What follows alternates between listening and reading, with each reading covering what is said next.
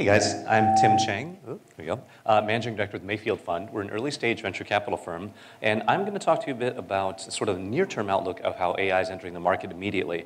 And the key idea I want to impart with you is sort of my investment thesis, bit contrarian. I'm thinking don't actually invest in quote-unquote AI companies. What we've seen often is general AI companies are often sort of hunting for a problem, whereas there's a bigger shift that AI is tied to on how I think it's going to come in right now. And that is primarily about how messaging is eating software, and then AI creeps in behind that on the messaging side. So where we're going with this right now, sorry for the feedback, we're now in the post-app economy. Quick guess, what's the average number of apps the average smartphone downloads per month? 0. So basically apps are dead. What we're moving towards now is messaging as the next platform. And you've been hearing about this, how messaging is replacing the home screen. And we're going to see apps get turned into messaging-based services. Facebook has already announced this. We're seeing companies. One of mine in healthcare, HealthTap, has turned its entire app, its entire site, into a Facebook messaging-based system. So you can do the entire interaction just in Facebook Messenger alone. That's pretty interesting. You can now do Q&A with 100,000 doctors straight in Facebook Messenger. No need to download anything. So what is interesting about this, though, there's a few definitions you have to look at. There are chat interfaces. Imagine terminals where human workers do their work via chat interfaces to talk to customers or partners. We've got chat bots, which then start to procedurally scripted and with decision dialogue trees automate that for workers, and that's the move from human agents towards automation. Then we've got AI, which is natural language processing, deep learning, machine learning. This requires training from large data sets, but starts to move towards software autonomy, machines acting with their own agency. The term that my friend sci-fi author Rob Reed likes to throw around a lot is centaur, which is a combination of part man and I guess part machine, in this case where the AI is sort of the horse-like body. But I really like that term, and that is speaking towards sort of these cognitive assistants. But the way I see this timeline playing out, we've already had these chat app dashboards today. These are what you often see for SMS-based help, SMS-based chat for salespeople, etc. That's sold as a enterprise SaaS tool. But soon now we're entering the era of bots. So bots will come in as automation tools for frequently repeated tasks. Customer service calls, sales calls, field service, etc. can often be sort of botitized, right? And then with that, we're going to start to see hybrid services of AI plus humans, the so-called centaur shift here. The human's job is to train the AI, also provide good bedside manner, provide sort of that customer service, that face for people to talk to, a human sort of a judgment call. But over time, the AI will probably shed the human, and the centaur just kind of rides off on its own. What is kind of fun here, we've already seen some examples in this shift to messaging. There was a company called Magic that started a couple years ago. It was text message anything. I need flowers. I need to know how much a BMW costs to rent, whatever it is. On the back end is a lot of human agents looking things up and typing. Now, where that moves towards today, there's companies like Lark in the healthcare space that are full AI automation. This thing is the guardian angel on your shoulder, telling people with diabetes or obesity how to eat every day, how to behave, how to move, checking in with you, just like a personal doctor would be if they could literally be in your pocket throughout the day. Big point, this is reimbursable, meaning insurance will pay for this. That's when things blow wide open in this space.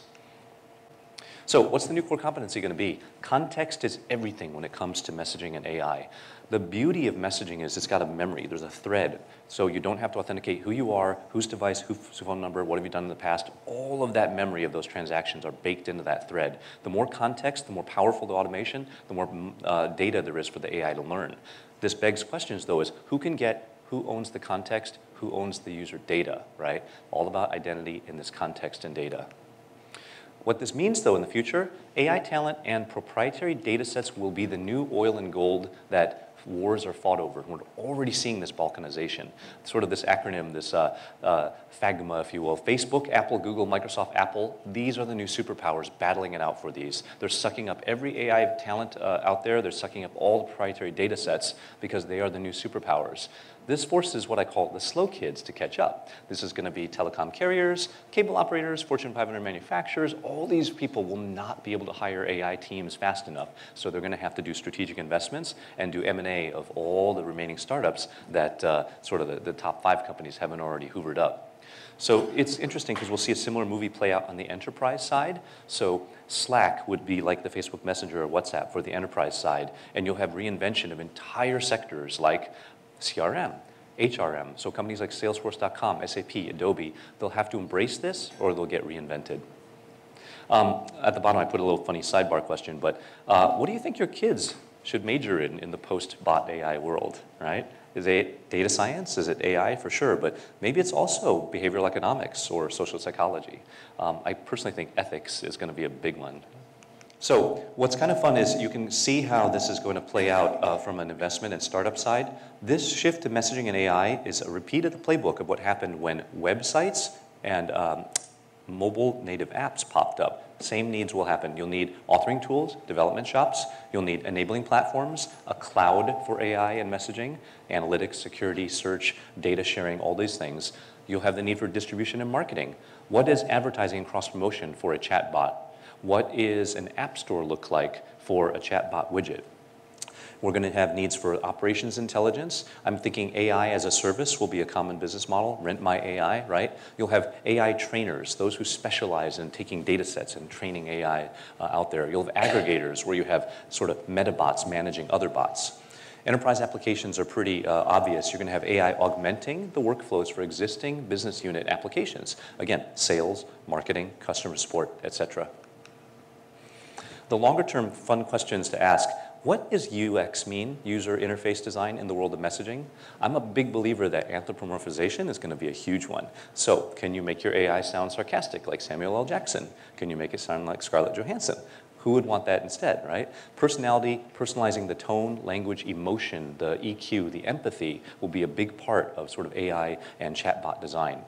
I do think that the rise of me-bots will be our doorway towards digital immortality. The day I can simulate you by looking at all your past emails and kind of, pass the Turing test and have people like think that you're on the other end of a chat is a day that if you get hit by a bus, your presence can probably live on as a me-bot. We'll have metabots that project manage other bots. Security and privacy will be a super interesting one. How do you authenticate versus spoofing on the other end of a chat bot line? A fun thing to think about is authorship and agency. We're moving towards the outsourced life. We outsource our transportation life to Uber, our visual memory to Instagram. Pretty soon you'll ask AI and bots to think for you. Please evaluate all the vacation possibilities and tell me which 3 I should go. Okay, book it, thank you. As a musician, I'm looking forward to the day where I can feed in every piece of music I've ever written into an AI, have it analyze my particular, chord progressions, my taste, my voicings. Then I'd basically mash it up with the Beatles and say, okay, write something in the tone of me, but with the Beatles. I'll have it write 1,000 examples, surface the 3 most interesting ones, and I'll claim authorship of that, right? So that's kind of interesting, machine-assisted creativity. We'll also look at what will new gestures and UI metaphors in messaging with AI be. What's the future of an emoji? What's a hashtag in chatbots? What are the commands, the queries? And then most of all, what is dial 0, speak with a human now to get out of that? In the end, I think what we're really moving towards, I'm a big fan of the whole her kind of idea. I really want to see if we can move towards operating systems becoming this sort of assistive AI for us. And we're already seeing that, but watch what's happening in your messaging threads. That's where the AI is going to be kicking in from. Thank you.